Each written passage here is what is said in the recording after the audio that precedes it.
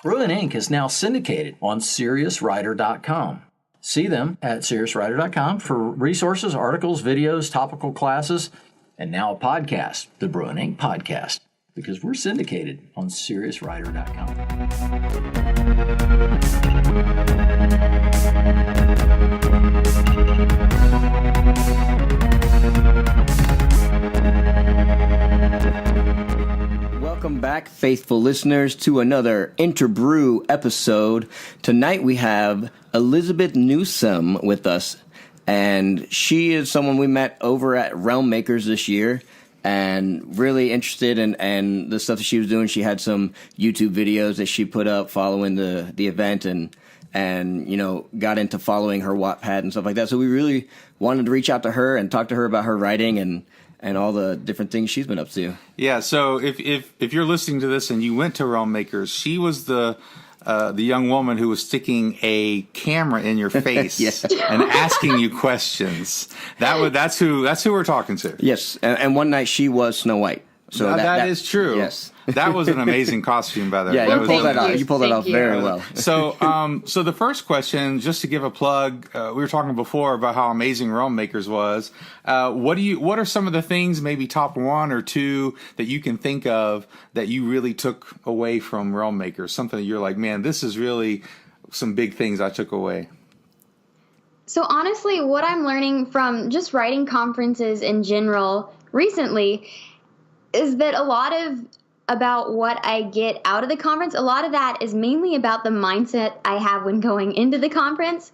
Initially, sometimes I'm a really goal-driven person, so sometimes when I'd start going to conferences, it'd be like, okay, I have to make a lot of new connections, make a lot of new people so I can publish my book, which, is understandable. We all need to do that and make connections, get beta readers, people to give us promotions. But at the same time, it just kind of ruined the quality of the conference for me, and I find that I'm a lot more effective at connecting with people if I just think purely about the connection and not necessarily what I can achieve through that connection. Yeah, that's a good point. It's about networking and fostering the relationship more than it is about getting your stuff into people's faces and say, hey, what do you think? And what can I do with this? Well, it's a little bit of both, right? Yeah. I mean, I was talking with another friend of mine who's in the film industry, and we were talking about some ideas, and he was talking about how, the question comes up, well, what if we were talking to a guy who was pitching to TV, and we were asking him, well, can they just take your idea? Right. And After just you give do it to it? them. And he was like, well, they could, but there's a relationship. We have a relationship, and that's what a lot of the entertainment industry is. You have to build those relationships of trust, and where they realize people want to work with you, so they're not going to steal your stuff. Obviously in the Christian kind of market, hopefully that doesn't ever happen. I'm not going to say it does, but I'm just saying hopefully it never does. But at the same time, just in the general market, just having relationships with people where they want to work with you, they're not going to steal your stuff. They're going to encourage you. They're going to, if it's good, they're going to be excited. Yeah. Anything else that you can think of that you took away? No, I think you guys covered it. And I think that's what conferences are primarily about. I have a few friends who went to one conference and they're like, oh, I didn't get a contract. What's the point of going again? And it's like that really shouldn't be your goal. I mean, it's great to get a contract, but it isn't just about gradually building those connections. Yeah, absolutely. So why don't you tell everybody a little bit about yourself, Elizabeth? I mean, for those of you, those of our listeners who didn't go to Realm Makers and didn't get the camera in their face, or maybe the ones that did, why don't you tell people a little bit about you and what you're up to? All right. So first of all, I'm 19. I'm about to turn 20 in a little over a month.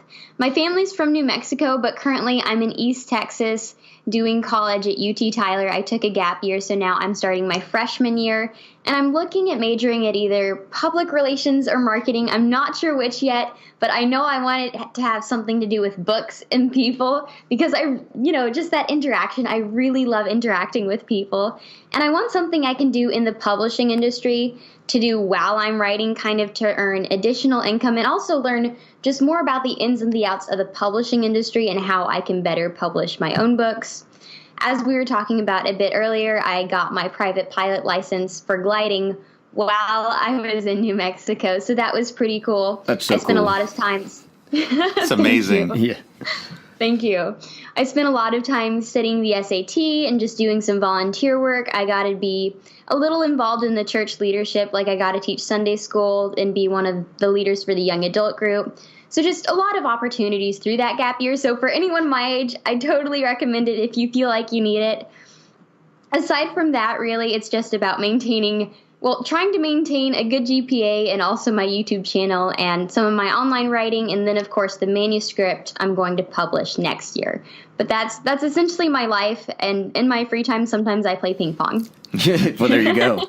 You're probably like 3 times more productive than I was in college. Like when I was going to college, it was like do college and do the stuff at college and then hang out with my roommates when I got back. I didn't have like writing my own and doing my own YouTube channel like in mind. And then it's great that you're at this point in your life because you're able to take the education that you're getting there and really think about and structure it to benefit you in the best way possible for, getting your stuff published or putting yourself right where you want to be within the industry, whether that is just being a published author or maybe you find out like, oh, you know what, I want to get into being an agent or something like that. Like, sure. You're set or both. Up. Yeah, or like both. Kyle Young. Yeah. It's both, Yeah, when I didn't call it a gap year. Yeah. I just didn't know if I wanted to go to school yet, and I tried to be a rock star. That was not productive at all. That took you off the path. I mean, I worked really hard at it, but right. It was not productive at all. Yeah. So have you been able to utilize your pilot's license since you got it yet? Good question. Like as far as writing goes? Or just have you taken a few flights like solo or like how often do you fly? Okay, so now that I'm in East Texas, not a whole lot because the closest gliding group is about 2 hours away, which is really hard to, that's hard when you're in college. So, but just before I left New Mexico, I went on a few flights that were solo, and then I got to take my parents over some of the mountains there, so they thought that was pretty cool. But I haven't gotten to do any since. So when I go back to New Mexico for my break during Thanksgiving, I'm going to make sure to, dust my skills off a bit so that I keep my skills up and that I'm a safe pilot. Yeah. That's pretty much it. Now, where in New Mexico are you from? Have you ever heard of Alamogordo? I've heard, yes, definitely have. I have friends who lived in Santa Fe, and so I've been in New Mexico a few times, and it's beautiful country. I love the country. There's the countryside and everything. It's a beautiful place. It is, yeah. We're in the mountains right next to Alamogordo, so we have some pretty good views there. Oof, that's amazing. What I really want to talk with you about is I'm interested in your use and your following that you have on Wattpad. I've looked into a little bit. Like I heard about it before, but it wasn't until I met you and I looked at what you're doing. I was like, oh wow, this is a very cool kind of platform, and you seem to be doing quite well on it too. You just hit 14,000 followers on there and. 15,000. 15,000. I'm sorry. I didn't mean to shortchange you. Come on, man. Yeah, no, it's okay. The numbers are going up faster than they used to, honestly. So. That's awesome, though. Yeah, and I know your story, the Cursed Bride. The King's Cursed Bride. The King's Cursed Bride got top 20th for fantasy. Nice. Writing. Yeah. Yeah, the rankings are around there. Somewhere around there, yeah. But it's just really cool that you can be on something that's so widespread amongst readers, but it's also like a little niche corner of kind of what you could do as a writer or an author. But I've talked to some other writers that tried out Wattpad, and they're like, I'm completely lost. I don't know what I'm doing here. So I was like, oh, I know someone that's doing it well. So Elizabeth, why don't you just start out and tell people what Wattpad is? Like, what is it? Like, what would you when you were to tell people what it is? What it is? What it is? Okay. Wattpad is an online platform for both original works and fiction. It tends to be a pretty secular platform, so I'm a Christian and I wasn't sure how well my stories would do, but there's definitely an audience for that sort of thing. And of course, like in an opportunity to reach tons of other people outside my normal circle of Christians. And family. So essentially the system works that you post chapters and then people can read the chapters, they can comment, and they can vote. And then there's some sort of ranking system. They keep on changing it, so I'm not sure precisely how it works, but it's based on something about the number of reads you get and the votes in comparison with the reads. And also I've heard that grammar and how well you proofread your work can also have an effect on your ranking. So if you want to boost your ranking a little, make sure you do a light proofread before posting. Gotcha. Yeah, no, I thought one of the coolest aspects of Wattpad was the fact that people could, post comments like kind of every paragraph break, it looked like, as I was reading. And that was really cool because some of the people were, talking directly to you as a writer, and some other people were like, kind of finishing the thought process that they would have as the character, like, oh, you better stay away from me. Or I was like, oh, that's kind of cool. Like they get to kind of be role play in your character's mindset. But I thought that was really cool because it's like getting maybe not instant, but like getting feedback per little section from almost many beta readers in a sense. So how long have you been doing it? I started in 2014. I haven't been super, super involved until like the past year or so. Okay. And so is that what you do? You post chapters of your current work or a work that you're doing? Is this a manuscript, the one that you're going to publish next year, or is it a totally different work? No. So I do actually have the first draft of the manuscript on there, which has proven really helpful in some agent appointments because agents actually take those numbers from Wattpad very seriously. So even though I'm going indie, that was nice to have. But the one I'm currently working on is something completely new and uniquely for Wattpad. Very cool. And you post pretty much consistently every week, every like Wednesday and Friday, was it? Yes, every Wednesday and Friday, 4 p.m. Central Time. Now, is that part of what helps you build an audience? Is that you're consistent in those times? You think that is part of what helps? Yes. I'm not sure those times specifically, but consistency is absolutely the way to build a following. Like, I know people who have started out with hundreds and hundreds of more followers than I have, but they don't post consistently. They're not updating their stories. Or even in YouTube, I've had people who started out with more followers than me, but just because of a matter of consistency, you can gain more and build more over time. Yeah, we've been kind of finding the same thing with the podcasts. We just try to be consistent every week, and I think from your consistency, you'll find your own momentum in there too, and you go, you know what, I can do another. We were doing episodes every other week, and then we started going, you know what, I think we can fit one a week, and I think it's the same with YouTube. Like my son watches a lot of YouTubers and YouTube videos, and the ones that are most popular are the ones that post, every week, a couple times a week, and I think that's important for any of us that are writers that are aspiring to build your own platform. If you're going to go with like a smaller publisher or indie publisher, they're going to want to know, what is your platform? Who have you kind of been able to gather? And if it's not an email list, what is it? Is it Instagram? Is it YouTube? Is it Wattpad? So, we love talking to anyone that has some sort of like understanding of a different, a different platform. But I thought it was really cool when I just saw it was your Instagram post talking about you being nominated for your story, and you're like, people go out and vote, and I'm up in the top percentile, and I was like, oh, that's really cool. You're getting good traction for this. So explain the process. So when you get on Wattpad, you just upload. You have your own kind of page, or how does that work? Yeah, so as far as actually posting chapter by chapter, first, there's of course the setup. You upload a cover design, you do a short synopsis. You also do a few keywords, and I would recommend using as many as it allows for you. What I did is I kind of researched some other fantasy stories and the keywords that they used, and I used the ones that applied to my story. So on a separate Word document, I type up my chapter and then I proofread it, I copy it, and then there's a little in the upper left corner of Wattpad, there's a create tab, and then from there you can see all the stories that you have, and then from there you can click the story and you can do things like you could view your demographics, see what age range, what gender, what countries they're from, see what parts of your story are getting more votes than others, and in addition you can also upload chapters. Awesome. And how do you have ways of interacting with those people who like things? Do they like it? Do they vote? Like what is it called on Wattpad?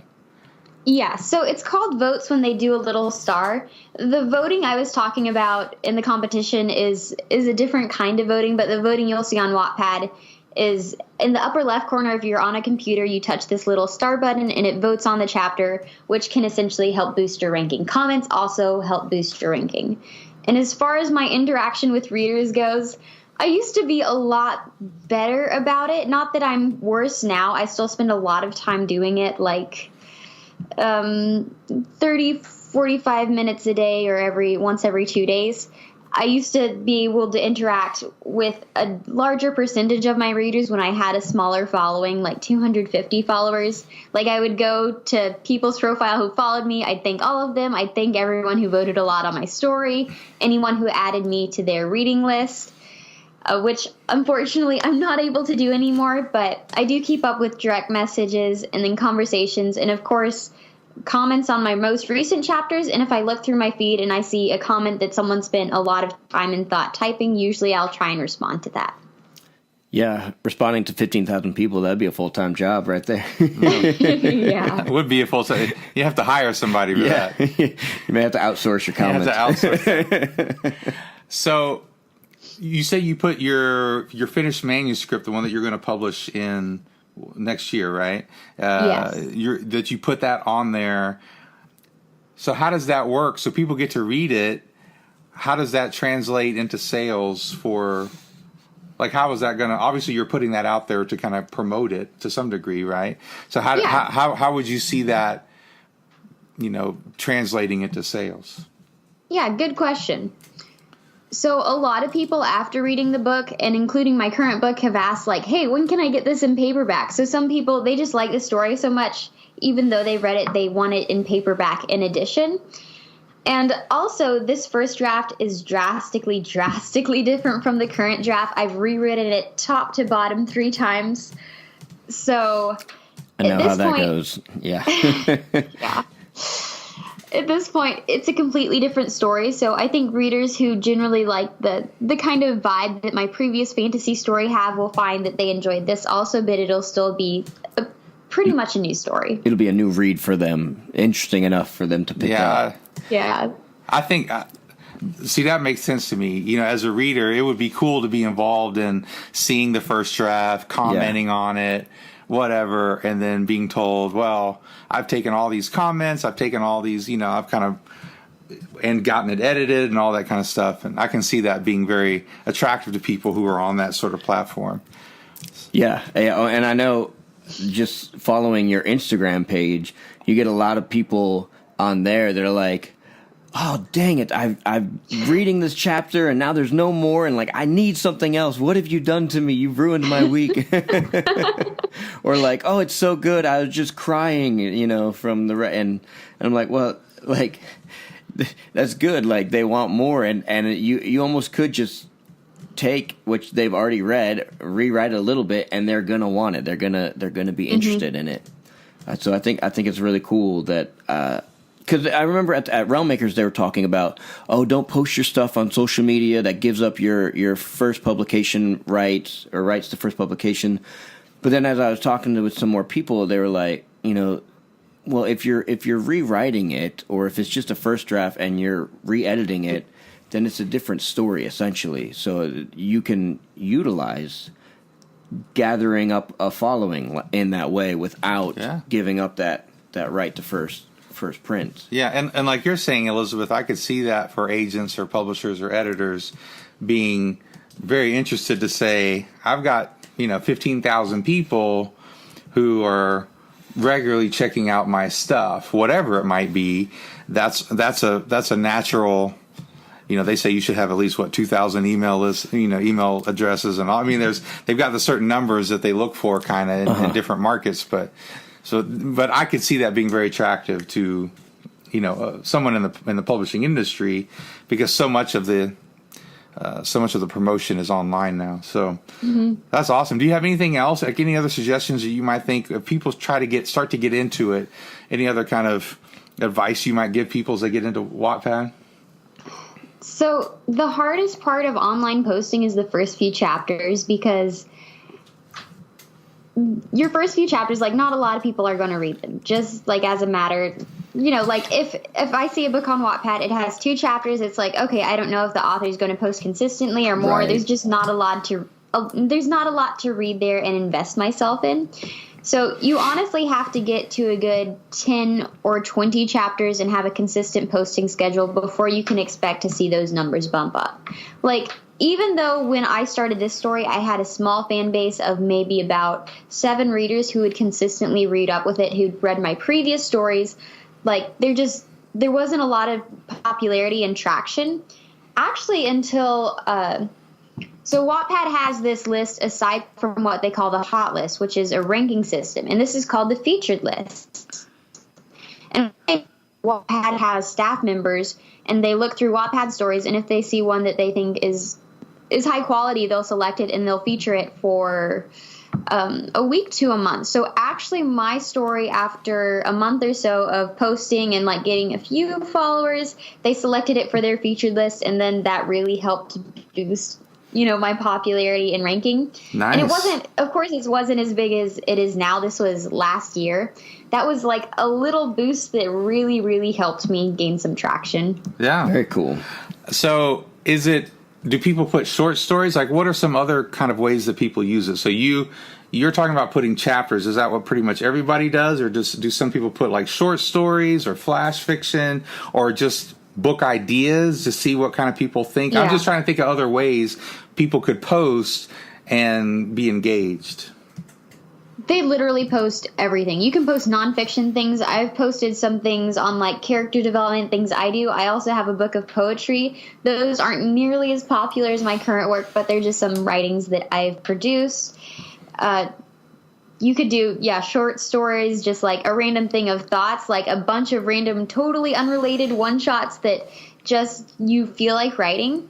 With that said, I do feel like longer books that have lots of chapters, they have more potential to gain popularity just because you get 1 vote for each chapter. So more chapters means more votes, and you can accumulate more readers like that over time. Yeah, so I think it would still be good for someone like Sarah that wants to do short stories, but if she was consistently posting short stories, then it'd be like having a bunch of chapters in a big story. Yeah, it could. Yeah. I see what she's saying, though, too, about the way you're going to get probably the most follows is with a longer story that you've proven you're going to be consistent, you're going to put stuff out. Now, you put stuff out, you say twice a week, right? Like, is that kind of a standard, or some people only once a week? Like, what are some of the consistent kind of timings, or do you even know? I mean, you may not know. So it varies completely from author to author. I just thought 2 times was reasonable and frequent enough that they would remember it. Some of the more popular authors can get away with posting less frequently like that, or whenever they feel like it. They're just not maximizing the amount of followers they have. And also with what we were talking about with longer stories, if you have a longer story, I would recommend shorter chapters, because the vast majority of Wattpad readers are reading this on their mobile phone, and they kind of want something short and quick they can read through. So honestly, my chapters tend to be around 1,000 words, maybe like the most is 2,400, just because that works really well kind of like in our age and the age of like mobile reading and stuff. Yeah, so we got inspired when we were at Realmmakers by the flash fiction. Were you in that what was it like? It was that first night. First night they had a flash fiction. They went through like the top 10 that they had received over the past few. Anyways, we thought it was pretty cool, and we had been challenging ourselves on the podcast to keep our writing under 1,500 words per episode. And now we're like, oh, let's do flash fiction, which is like under 1,000, which is right where you were talking about. And I noticed as I was reading it on my phone, like you said. Mm-hmm. And when I got to the end of your chapter, I was like, oh, that was like a perfect amount. Like, that's about how long you want to be scrolling on your phone and reading through it.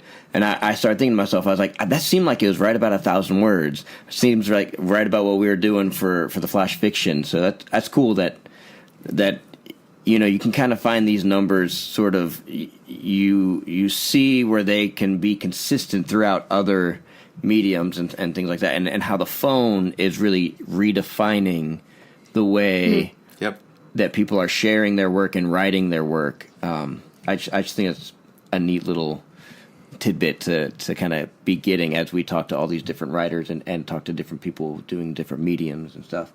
But I think it would be good to maybe dive into your story and talk a little bit also about your writing process itself. Now I know you had written one other story on Wattpad, and then you do some other things where you review books and things that you've been reading and stuff like that. What was the inspiration that got you into the one that you're doing now, currently, The King's Cursed Bride? Did you have like one thing that you read and you're like, oh, I've got this idea, or was it just happenstance came to your mind?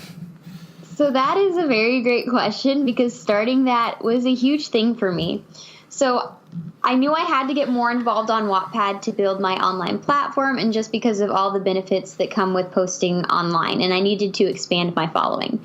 So at first I was outlining this story idea I was asking readers for feedback so they could be actively involved in the creation of the story. And then I hit an inspirational roadblock. Oh no. And I was just like, I don't know where to go from here. So I was like, God, okay, why is this here? What are you doing? Like what's going on here? Why? Like, I need this move so I can keep going with this story. So he was being all like silent, like he usually does. And I'm like, all right, fine, be that way. So I took my Bible, I went outside. I did that thing where you like randomly open to a page in the Bible, because it works sometimes, believe it or not. And I open it, and at the top, I'd written a little bullet point, and next to it, it said story idea, ? It's like, oh, okay, I see where this is going. Wait a minute. So it was a chapter of the Bible in Ezekiel, essentially about how Jerusalem had been an unfaithful bride and how she'd prostituted herself. And essentially it was an allegory of Jerusalem's relationship with God. So I'm like, okay, God, this is a really morbid, sad story. Is this really what you want me to write? And I got the impression that it was more about a Christian's relationship with God and using that kind of same allegorical element. So it's called The King's Cursed Bride because there's this girl, and she's betrothed to this guy who's going to be king, and she also has this curse, but she has no idea what it is. So she gets this initial love letter from the prince. He's 4 years older. She gets it when she's 12. And she kind of skims over it, and she listens to what other people say about him, that he's like arrogant. And since she skims through the letter, she reads a few things out of context, like how she needs him and how, like, without him she's lost. So she's like, okay, you know what? He is an arrogant jerk. I'm not going to read his letters anymore, and I don't want anything to do with him. So a few years into this, at 18, she decides to run away and forge her own destiny because she doesn't want to be with this guy. Well, through that process, she finds out what her curse is, which is that whenever she's cut or hurt, it'll stop bleeding, but it'll never heal. And that's because what she doesn't know quite yet is that the only person who could heal her is this king. And he can heal her by taking on his wounds for her and then healing himself. So that's essentially the whole concept. And the love letters to me represent the Bible, which are God's love letters to us. Exactly. Some people will read through it, they'll take something out of context, like, oh, God promotes genocide, or he prefers like one race or over another, or things like that, and they get that, oh, God must not be a loving God. But in reality, to me, the Bible is just about how God loves us, but sometimes people take certain aspects of it out of context. Yeah, and as someone that's very familiar with you know, that overall story of the Bible and how he was with, you know, the Israelites, but then also how he is with us as well. Like, I got that, like, from even just from the name of your story. I was like, oh, I see what she's doing here. I see where she's going. And then when you started off, like, you know, the princess has been estranged. She's been out and far away for years, and she's, like, supposed to be engaged to him, but she doesn't actually even know if he's going to come back. Like, I was like, that's a perfect setup. Like, that's really, at least for someone that gets the concept and gets what the allegorical component of it that you're doing. I thought you did a really good job with that, and so as far as I've read, it plays out really well. Well, thank you. And it's also interesting because it's not advertised as an allegory. Right. Since Wattpad is such a secular platform. So most of my Christian readers by now, they're like, oh, I see, like Elon. I get what that means, know. But I have a lot of non-Christian readers, and sometimes people will say, for some reason, this seems familiar to me, or some people won't get it at all, which I think is really interesting because so many people have heard the story of the gospel, and I think that people need to hear it, that God loves them over and over and over. But unfortunately, I feel like it's been said so much and shown so little that it's kind of become trite. So this is kind of just my way of showing that in a completely new light to those who need to hear it. Well, and just to your point, same kind of thing happened, with my book, the Living Stone. I mean, I kind of wrote it as an allegory, but there's definitely some spiritual redemptive elements in it. And to the non-Christians, they were like, because the big theme was freedom. Like, what is freedom? And fighting for freedom. What does that mean? What kind of character do we need to have? And I put it more in like a Braveheart kind of context, and you had a lot of people go, man, that really made me think. That really made me think because, I didn't make it about being conservative or liberal or anything. I just made it about the idea of what freedom really is. Mm. And so it would make people think, But then, of course, you're right. The people who, did get it were like, oh, my God, I saw this and I saw this. And I'm like, yeah, that's in there, too. And sometimes people see stuff I didn't put in there. And I'm like, oh, well, that's interesting. But, just to the point, Jesus told a lot of stories. He didn't just tell one story about the kingdom. He told it's like this and it's like this, and so that's part of I think the power of story is to be creative, and we can tell the same story. I mean, how many times have we told the story of the young orphan boy or girl who, right? I mean, finds out they have this amazing calling on their life. I mean, how many times have we told that story, but people are still going to go watch that thing? I was just watching Harry Potter before coming to this. So, I know it's exactly what you're talking about. So these common themes are common themes for a reason. They strike something universal within all of us, and so I think it's awesome, and it doesn't surprise me at all that even people who may not get the direct correlation of the allegory are still going to be interested in it because it speaks to something. If it's a good story, it's going to speak to something human, and what we desire. Yeah, every reader is going to get something different out of it. Yeah. So another question for you: if you had to pick a favorite scene or character, what has been like one of your favorite parts to write of this story? Oh, goodness. I know, right? So, this has been a crazy story for me just because it is so personal and so many parts of it. It feels like a fictionalized diary at times, so it's really vulnerable and really emotional. Like, I've never cried so much writing a story as I have this one, just because it is. But that's good though, because we say it a lot. Like, if it's not affecting you as a writer, then it's probably not going to affect your reader. So to be coming out of that place of like, oh, this is so emotional for me, like that means it's gonna get your readers. Like, that's a really good place to be coming from. So this is a slight spoiler, but I think I know the part. So the chapter is called Broken and Beautiful, and this story is kind of about identity. So before each chapter, you can put the words I am and kind of see where she is at in her character arc. And so Broken and Beautiful, it's the part where she finally gets to meet this king face to face, and she's like in this jailhouse, and she's dirty and filthy. And at the very beginning of the chapter, I post this picture of kind of to show what kintsugi is. Are you guys familiar with that concept of kintsugi? No. Do Okay, tell. so I believe it's the Japanese. They have a really interesting tradition of when something breaks, instead of throwing it away, they actually use gold to like in between the seams. So it makes it like more valuable and unique than it was before it was broken. Yeah. Which very is cool. like just beautiful, I think. I actually did know the process. I didn't know that was a name for it. But yeah, that's awesome. Yeah, it's great. Yeah, so essentially, I was having such a hard time writing this chapter because it's like, okay, this is her first time interacting with the prince. I'm just having trouble getting emotionally engaged. So how I started is I started writing my own letter kind of to God, and how just like how his love is so amazing and how I'm so incredibly unworthy of it. And just like how incredible it is that he would bother to love someone like me. And so I took sections of that kind of prayer letter to him and I put it in her dialogue and thoughts. And it just became, it packed the emotional punch that it needed to. And a lot of people tell me that they cried a lot during that part. So I'd have to say that's my favorite so far. I'll have to make sure to read get to that chapter.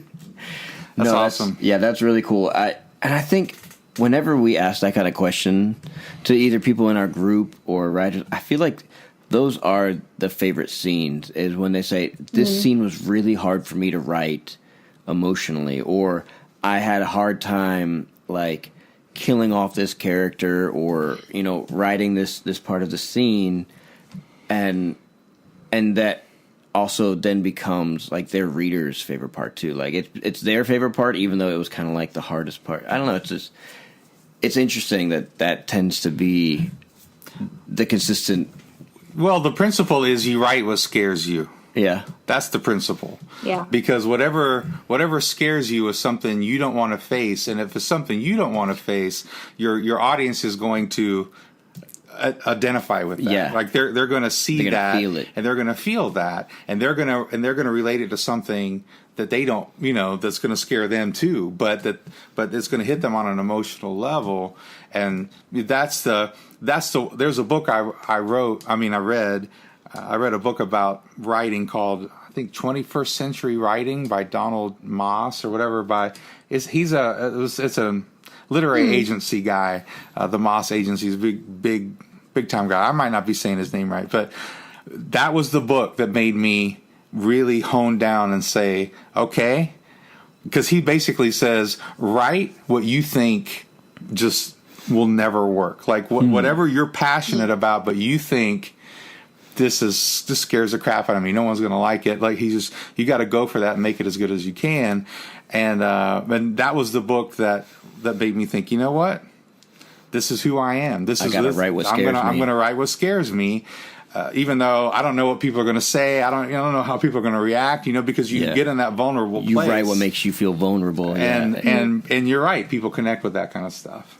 So Ted Decker, he says something similar, like, don't write what you think the church needs to hear or the nation or the world. That's good. Like, just write about your own journey and discovery. Yeah, that's so good. Absolutely. So, have you had any hurdles that you've had to overcome, either within the story or within your writing process? Yes. So writing an allegory is crazy hard. Like, there's this character that's supposed to freaking represent Jesus. Like, right. No pressure. No pressure. And it's so hard because I have to deal with, qualities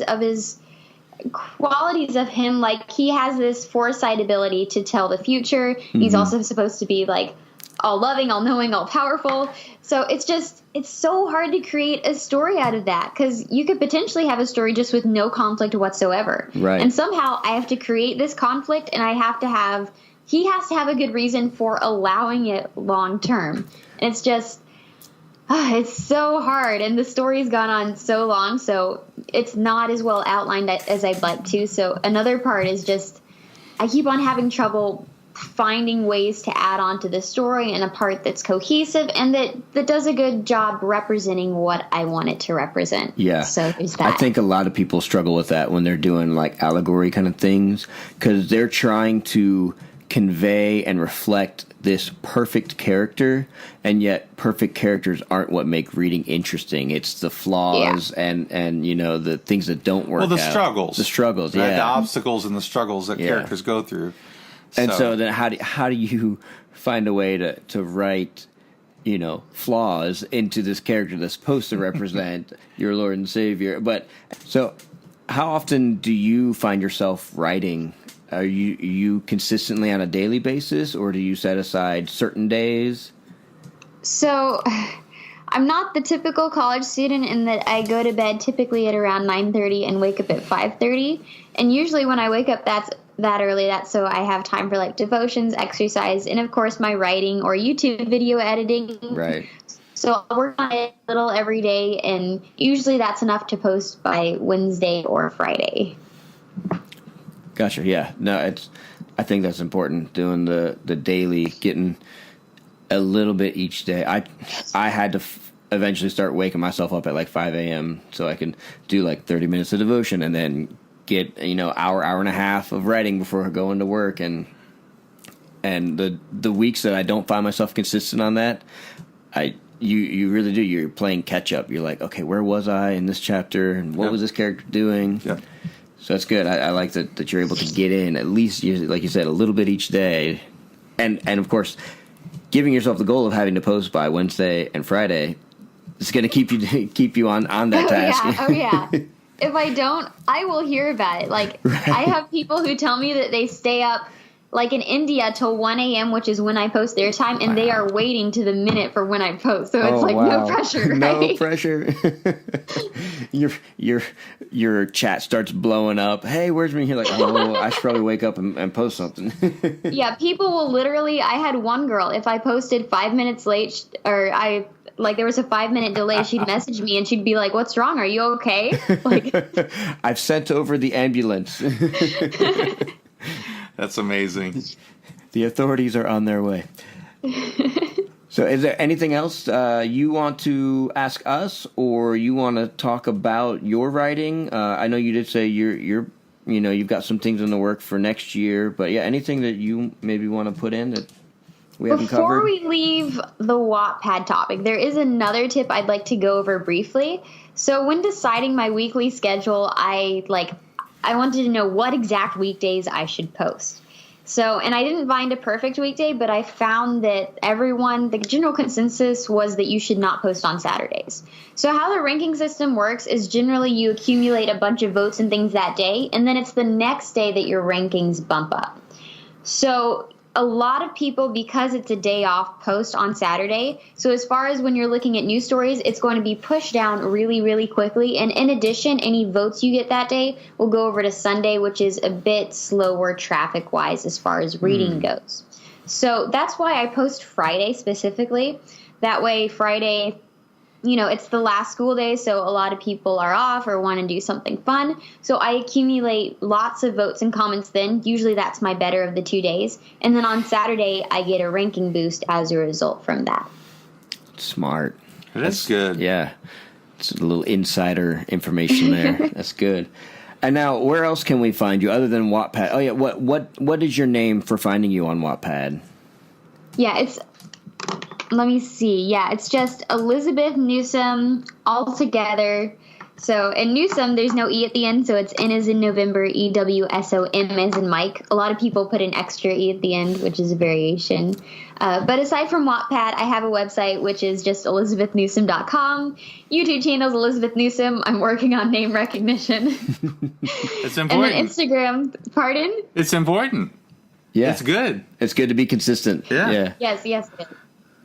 And then Instagram, same thing. Those are the things I'm really most active on. No, so just real quickly, you have one book that you say is coming out in, you said June or July of next year, correct? Yes, June 2019. June 2019. What's the title of that one? Captive and Crowned. Captive and Crowned. Well, that was your first one that you had going on Wattpad, right?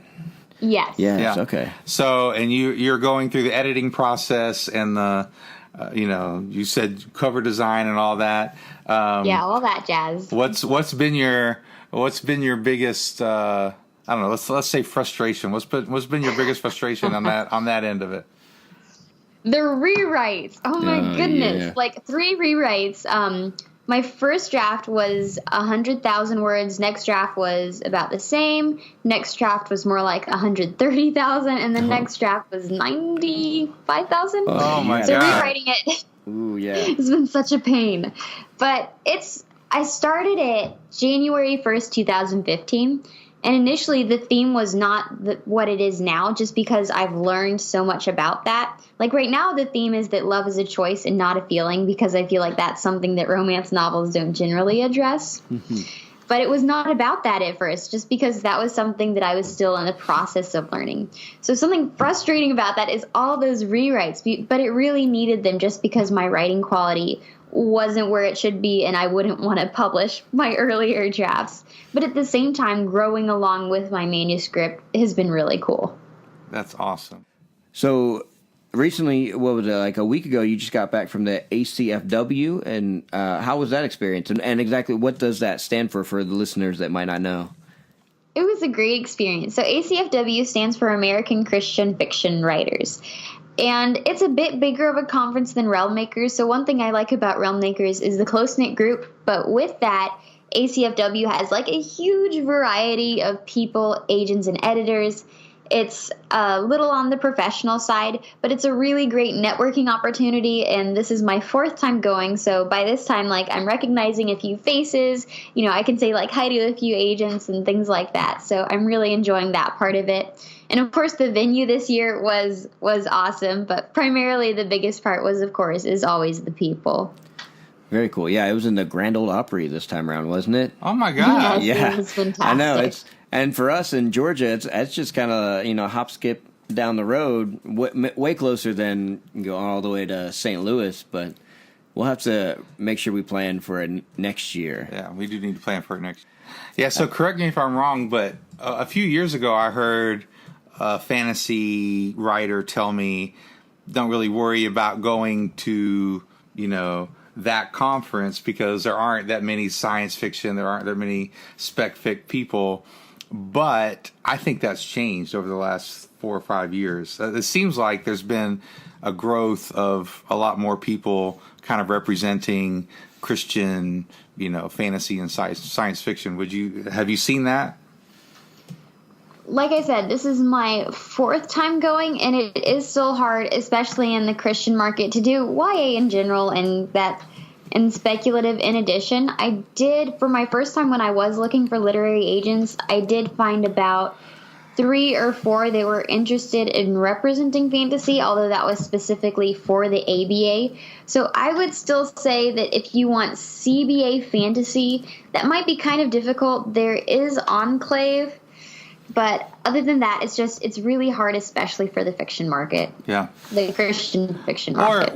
And I mean, for me, my stuff is definitely more geared towards, it's very redemptive and there's redemptive elements to it, but my stuff is definitely more with all the graphic stuff that it is. It's definitely more geared toward the regular market. You know, I've got werewolves biting people's heads off and stuff. Eating their cats. Eating their cats, you know, that's always sad. Very cool. Well, it was definitely a pleasure having you with us tonight and getting to dialogue with you about your work and about your you know, where you're at in your personal life and just getting to know you better. And I look forward to doing this again sometime and hopefully seeing you next year at Realm Makers again. And the way we always sign off is we like to say we'll raise a glass to inspiration. Clink. Yeah. Or a water bottle. That's good too. Yeah, so hopefully we'll see each other on Wattpad at least. I think we're gonna try to talk about it with our group and hopefully we like giving ourselves more projects to do. Yeah, because we're not busy enough. It was great to have you, Elizabeth. You're awesome. Yeah. Thank you. It was a pleasure being on your podcast. Thank you. Talk to you later. All right.